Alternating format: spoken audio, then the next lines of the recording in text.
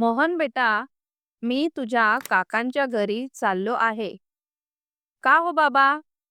आणि तुम्ही आजकाल काकांच्या घरी सारखं का जाता? तुम्हाला वाटतं तर जरूर जा बाबा. घ्या हे पैसे राहू द्या. कामी येतील. बाबांचे मन भरून आले. त्यांना आज आपल्या मुलाला दिलेल्या संस्काराचे फळ दिसत होते. जेव्हा मोहन शाळेत जात असे, त्याला बाबांकडून खर्चायला पैसे घेण्यात कायम संकोच वाटत असे. कारण त्यांची आर्थिक परिस्थिती बेताची होती. बाबा मजुरी करून मोठ्या कष्टाने घर चालवत होते. पण कितीही नाही म्हटले तरी आई त्यांच्या खिशात थोडेफार पैसे ठेवून देत असे. मोहनच्या पत्नीचे त्यांच्या बाबांशी वागणे काही चांगले नव्हते. ती रोज बाबांविषयी तक्रार करीत असे. त्याला हे सर्व आवडत नसे. मुलंही आजोबांच्या खोलीत कधीच जात नसत. मोहनलाही कामावरून येण्यास उशीर होत असे, म्हणून वेळ मिळत नसे.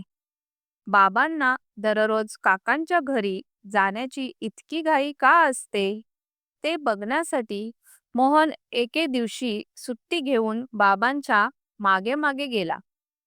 त्याला हे बघून आश्चर्य वाटले की बाबा तर काकांच्या घरी जातच नव्हते.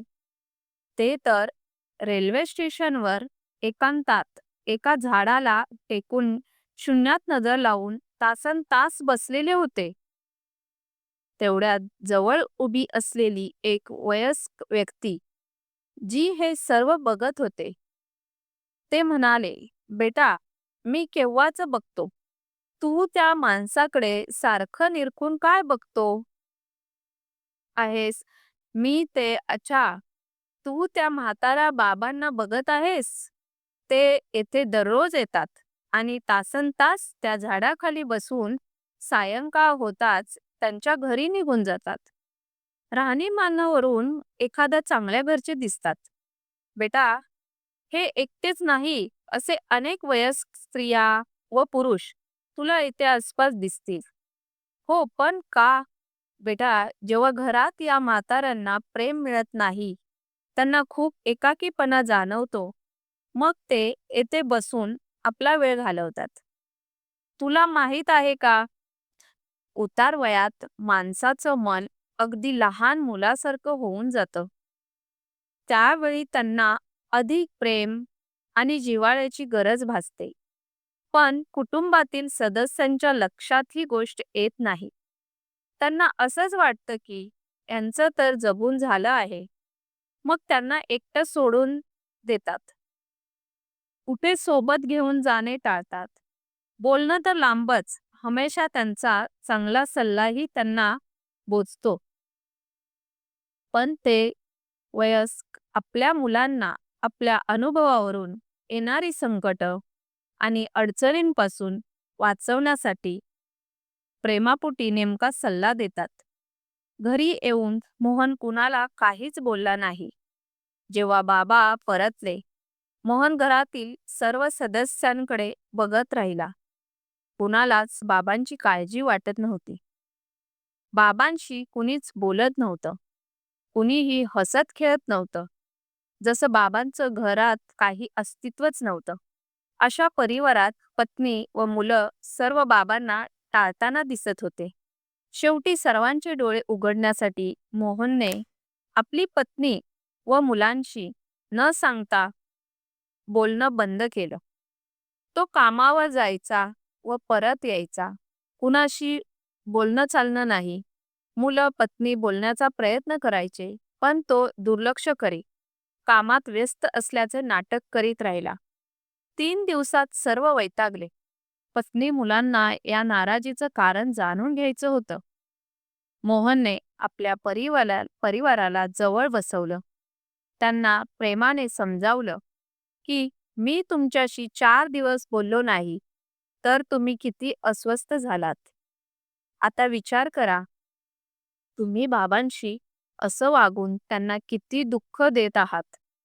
माझे बाबांवर जीवापाड प्रेम आहे, जसे तुमचे तुमच्या आईवर आहे आणि मग बाबांचं स्टेशनवर एकट्याने तासनतास बसून रडण्याविषयी सांगितले. सर्वांना आपण वाईट वागल्याचं दुःख वाटत होतं. त्या दिवशी सायंकाळी बाबा परत येताच तिन्ही मुलांनी त्यांना कवटाळले. म्हणाले, "आजोबा, आज आम्ही तुमच्या जवळच बसणार. आम्हाला एखादी गोष्ट सांगा." ना बाबांचे डोळे भरून आले. ते मुलांना कवटाळून त्यांचे मुके घेऊ लागले आणि मग ज्या गप्पा गोष्टी सुरू झाल्या त्या तासनतास चालल्या. या दरम्यान मोहनची पत्नी त्यांच्यासाठी अधूनमधून फळं, चहा, चिवडा घेऊन येत राहिली. बाबा, मुलं आणि मोहनसोबत स्वतःही खात होते आणि मुलांनाही खाऊ घालत होते. आता घरातील वातावरण पूर्णतः बदलून गेले होते. एक दिवस मोहन म्हणाला, "बाबा, काय झालं? आजकाल तुम्ही काकांच्या घरी नाही जात." "नाही बेटा, आता त्याची आवश्यकता नाही. आता तर मला आपलं घरच स्वर्गासारखं वाटतं." आज सर्व तर नाही, पण जास्तीत जास्त परिवारातील वयस्कांची हीच कथा आहे. बहुतेक जण आसपासच्या बगीच्यामध्ये, बस स्टँडवर, जवळच्या रेल्वे स्टेशनवर भरल्या परिवारातून तिरस्काराने भरलेल्या वातावरणात एकांतात जीवन जगणारे असे कितीतरी वयस्क दिसून येते. आपणही कधी ना कधी नक्कीच म्हातारे होऊ. आज नाही तर काही वर्षानंतर तरी नक्कीच. जीवनातील सर्वात मोठे संकट हे म्हातारपण आहे.